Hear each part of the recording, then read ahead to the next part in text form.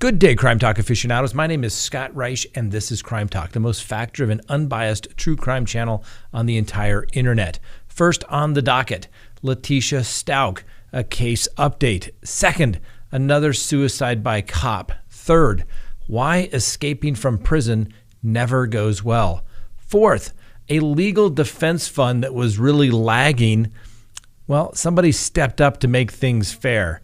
Fifth, arrests made in the Nashville highway homicide case. Sixth, longtime cartoonist for The New Yorker is arrested. And finally, our dumb criminal contestant of the day. Let's talk about it.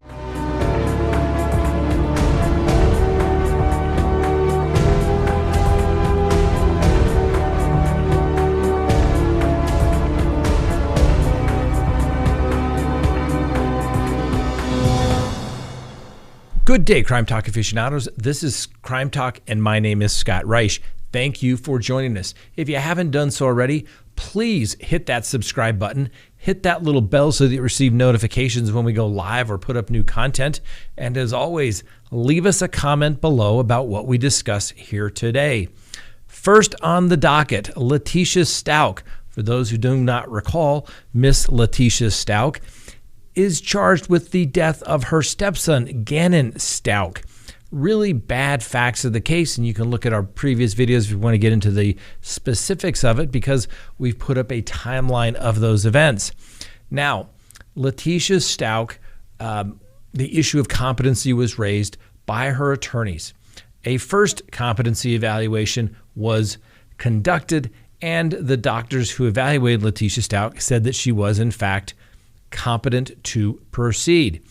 Now, the defense then said, hey, judge, we don't like that evaluation. We want another evaluation done by basically another doctor because we don't think the first one really gave enough time to meet with Miss Letecia Stauch, even though it was something like 30 hours or something along those lines.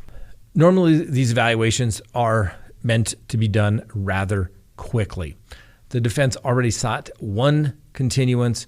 Well, guess what? The defense is seeking another continuance, and that being for the fact that the doctor conducting the evaluation cannot get into the jail. The jail where Miss Letecia Stauch is being held, the El Paso County Criminal Justice Center, has had a COVID-19 outbreak going back to late October. Basically, to date, over 1,000 inmates and 147 staff members have tested positive. So when the doctor tries to get into the jail to meet with Ms. Stauch to perform the evaluation, the jail has said all visits are canceled until further notice. And needless to say, further notice has not been provided. Now the defense has filed a motion saying, Judge, our expert cannot get in and speak with Ms. Stauch, and therefore we need additional time. Obviously, the court cannot proceed until the second evaluation is done. So what is the court to do? Well, the matter was already set for a status conference on December 18th. At that status date, it is set for a 15-minute hearing to update the court on basically how much time is going to be needed so that this report can be completed. Understand, once competency is raised, until the court is satisfied and all the other evaluations have been done, and there will more than likely be a hearing where we'll have competing doctors, assuming the defense doctor will say Letecia Stauch is not competent. This could take a while to get resolved, but the court can't do anything until those issues are resolved. So December 18th, we'll find out exactly how much time the good doctor who's evaluating Miss Letecia Stauch will need to complete her evaluation. We'll let you know after the December 18th hearing. Next on the docket, another suicide by police officer. A gunman was shot to death on the steps of a New York City church, was captured on video. Now, we'll put up a little bit of the snippet. Frankly, I don't think the video is that bad, but the reality of it is, hey, this is life. But I know that Google and YouTube will say that it is insensitive and therefore we can't do it. So we'll put this up over on a separate upload to YouTube.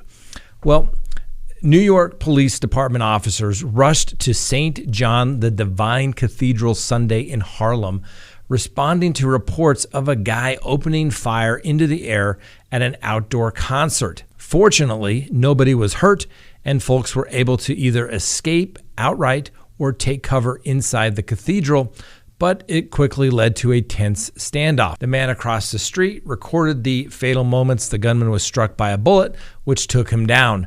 Prior to that, he repeatedly dodged several shots from cops, and he also took cover behind a pillar from the church.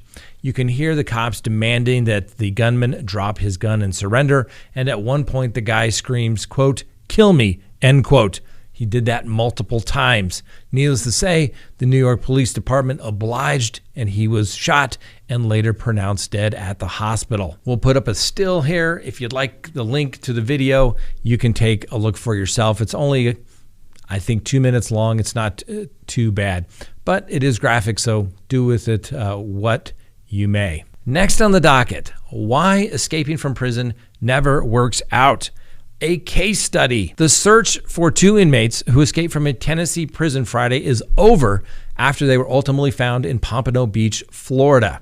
Now listen to what these 2 did. Now before these 2 were caught, the search added a little urgency after the authorities said the men allegedly kidnapped a highway worker in the neighboring state of Kentucky and stole the pickup truck of a man who was tied up in his house. Robert Brown, who was serving an 18-year sentence for aggravated rape, and Christopher Osteen, who was serving an 8-year sentence for burglary, escaped on Friday from the minimum security Northwest Correctional Complex in Tiptonville, which is about 2 hours northeast of Memphis, Tennessee. That's apparently also about 15 minutes from the Kentucky border. Well, Brown, 36, and Osteen, 34, were discovered missing from prison about 8:30 a.m., following an emergency prisoner count. About 45 minutes after the prisoners were reported missing, the pair allegedly kidnapped a Fulton County, Kentucky Highway Department worker from a boat ramp on the Mississippi River and forced the worker to go with them, according to the statement posted by the Henry County Sheriff's Office in Tennessee. And the Kentucky Highway employee was found safe just before 2 p.m. on Friday in his work truck off a highway in Henry County, where he was left by the escapees. Based upon statements from the victim, he was blindfolded and believed that another vehicle been taken by the escapees to an unknown location. And at about 2:38 a.m. on Saturday, a Henry County resident was found tied up in his house. The victim told police that after entering his home and tying him up around 10:30 a.m. on Friday, the fugitives allegedly stole his 2009 Chevy Silverado extended cab truck. Well, the pair is currently being held in the Broward County, Florida Sheriff's Office. Obviously, there are going to be additional charges. Now, these 2, I don't think that anyone has ever had a successful escape. It really just never works out. They ultimately find these individuals. And guess what? So now they're going to get charged with escape. They've got kidnapping. They've got at least a burglary, probably a kidnapping of the second gentleman as well, as since they moved him from one location to a next. It is by force, which is aggravated. So these 2, one was only serving an 8-year sentence, was probably going to get out rather soon. And now, more than likely, these gentlemen are looking at spending, if not the rest of their life, at least the next several decades in prison. Escaping from the authorities never works out. They're going to find you. And when you have very identifying tattoos, that only makes it more difficult for the escapee. Next on the docket, a legal defense fund gets a little bit of help. Now, it was lagging behind, but it got a huge help. Let me tell you what's going on. Brianna Taylor, for those of you who don't recall, she was shot and killed while in her apartment when the Louisville, Kentucky Police Department was executing a no-knock raid, or whether there was a knock or no knock has been in dispute, but needless to say, only one police officer has been charged. One of the officers that was not charged was the officer that was actually struck in the leg by a bullet. That officer was Jonathan Mattingly. Well, Mr. Mattingly sued Brianna Taylor's boyfriend, Kenneth Walker, stating that he has suffered injury and emotional distress as a result of Mr. Walker firing his gun and shooting him. Mr. Walker has always claimed that this was self-defense.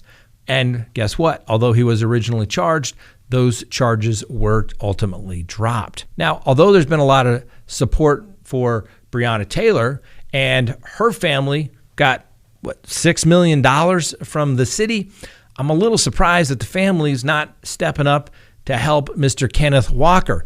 Mr. Walker had to put up a GoFundMe page asking for $100,000 to be used for his civil legal defense fund. Well, up until yesterday, his legal defense fund was only $10,000. So I'm not sure where all the supporters for Brianna Taylor are not flooding this man's legal defense fund site. Well, Tyler Perry, right? The actor, movie producer, worth probably close to $1 billion. Guess what? He put in big money yesterday. He put in $30,000. Then he put in another $50,000. Then he put in another 10 and another 10 onto the GoFundMe page. That totals $100,000 that Mr. Perry put up for Mr. Walker's defense fund. Now, I bring this story up for a couple reasons. Where's Brianna Taylor's family? Second, where are all those people out there protesting for Brianna Taylor and not willing to help Mr. Walker? Now, although this is a civil case where Mr. Walker is being sued, I have said this before, civil cases are nothing more than a war of attrition. It's a tort case. It's a personal injury case that's being brought. Mr. Walker doesn't have a pot to piss in.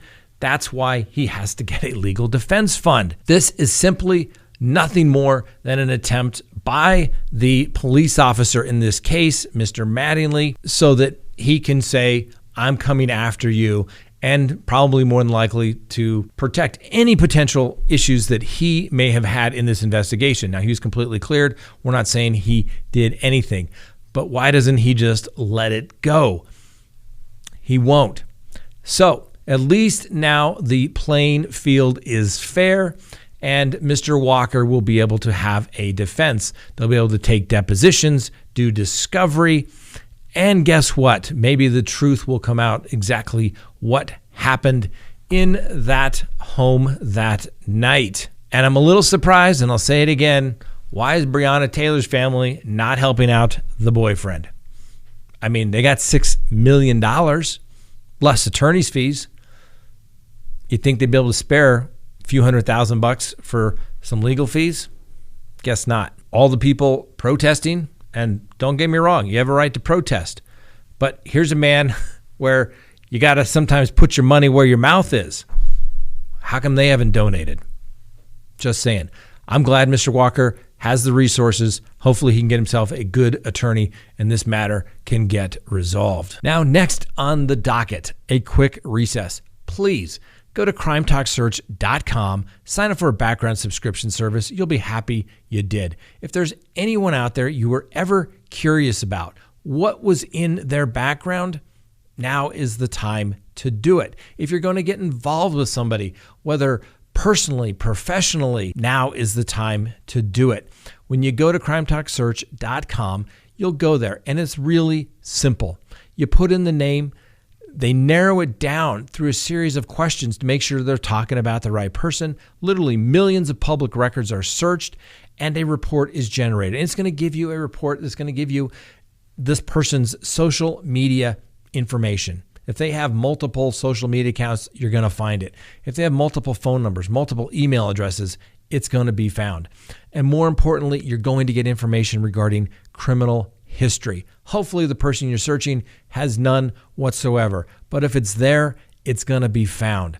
You're going to get information if they're a registered sex offender. You're going to get property records, divorce records. You're going to get everything you'd want to know, whether you're going into business or whether you're going into a personal relationship. You're going to be able to find out the information you want to know. So go to CrimeTalkSearch.com, sign up today. You'll be happy you did.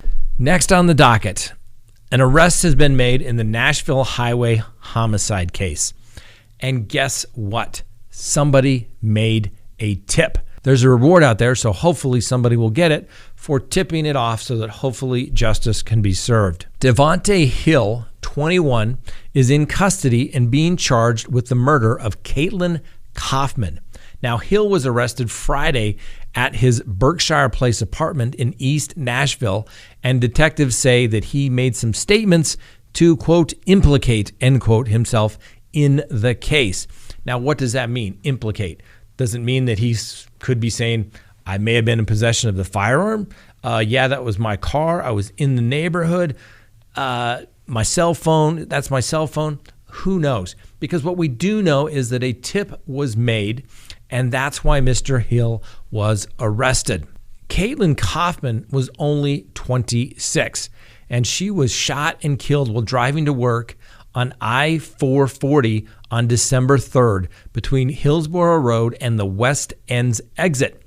Police say that she was traveling from her shift at the St. Thomas West Hospital when someone fired at least 6 rounds at her car from the interstate.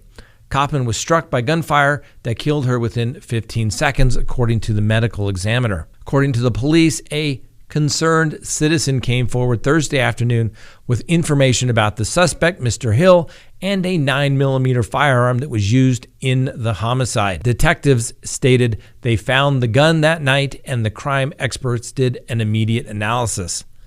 Police say there is a 100% match with the 9mm shell casing found at the scene. Police have also determined Hill's cell phone was in the vicinity the night that Ms. Kaufman was killed. Police say there's no indication that Mr. Hill knew Caitlyn before the murder. This is just a senseless killing that you just can't explain. It demands justice. And although Mr. Hill is given the presumption of innocence, and we will do that unless and until he is convicted or pleads guilty, it certainly looks like he has an uphill battle. Next on the docket, a longtime cartoonist for The New Yorker has been arrested, and you guess what for? Possession of child pornography. After an investigation by the New York State Police and the Rhinebeck Police Department, police have arrested 64-year-old Daniel P. Shanahan. And obviously, we'll give him the presumption of innocence, as we have stated before. Daniel Shanahan was arrested and charged with 1 count of possession of a sexual performance by a child, which is a Class E felony, with penalties ranging from no jail with probation up to a maximum penalty of 4 years in prison. Shanahan is a cartoonist for The New Yorker, and they cover news there in the Hudson Valley. According to police, materials were found on Mr. Shanahan's computer after a warrant was obtained by the Village of Rhinebeck Police. Now, these type of cases usually come about when there's usually a sting of some type, or there's been some information of a download that the police are aware about, hence the reason for the warrant. The police were able to obtain the warrant. They went, they seized the computer. Guess what? They knew what they were looking for. They found it. He's been charged. Obviously, the police have to be able to put Mr. Shanahan behind the computer as the one who downloaded the information on the computer. Obviously, if there are multiple people that have access to that computer, you have to look into that. The defense will more than likely also have to look into hiring an expert to see if it's possible if someone was storing those particular images or image on that computer for somebody else. That is a possibility, but obviously we don't have enough information here to say if that's what happened. Like I said, we'll give Mr. Shanahan the presumption of innocence, but these type of cases are obviously very disturbing. Whenever you have cases involving allegations of child pornography, they're very disturbing because of obviously the victim's age. They clearly cannot consent. And then on top of that, literally the children are re-victimized every time those images go out onto the World Wide Web. Next on the docket, our dumb criminal contestant of the day. But before we get there, let's talk about the winner from last week.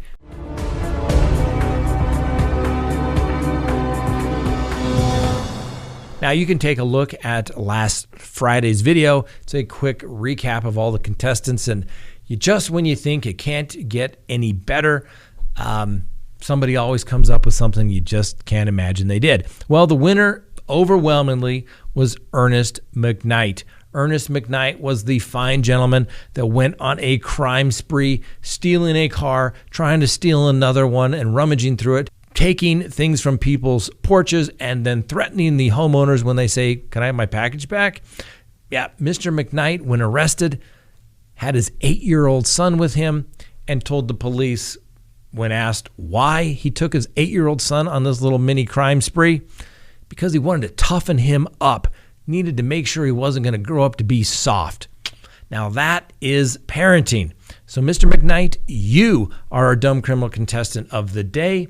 And guess what? I am going to send you a Crime Talk mug for being the winner. And that's going to put you in contention for the Crime Talk gift bag for the dumb criminal contestant of the year.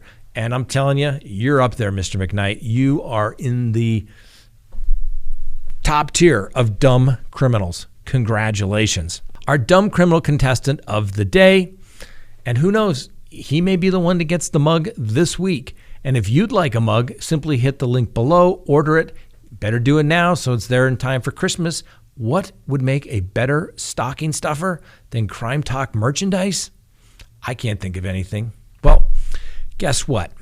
We have a lesson here today for our dumb criminal contestant. A man who refused to wear a mask, and after being asked to wear a mask, things got a little out of hand. And we've heard a lot of mask stories. It seems to bring out all the dumbness in people. This maskless individual apparently upset the people were asking him to wear a mask. Then things got a little out of hand, perhaps a little pushing and shoving. So the maskless man called the police. Well, when the police ran his name, guess what? They found out he was a California sex offender who was out of jail on parole. And guess what? He had outstanding warrants. That's right. So the next time you're going to create a disturbance on a bus and not wear the mask, do not call the police. So this unidentified man, you are a dumb criminal contestant of the day. Congratulations. Thanks for watching. We appreciate everyone who takes the time to watch. Tomorrow we will go live 6 p.m. Mountain Time. Please join us. Thanks for watching. Have a wonderful day.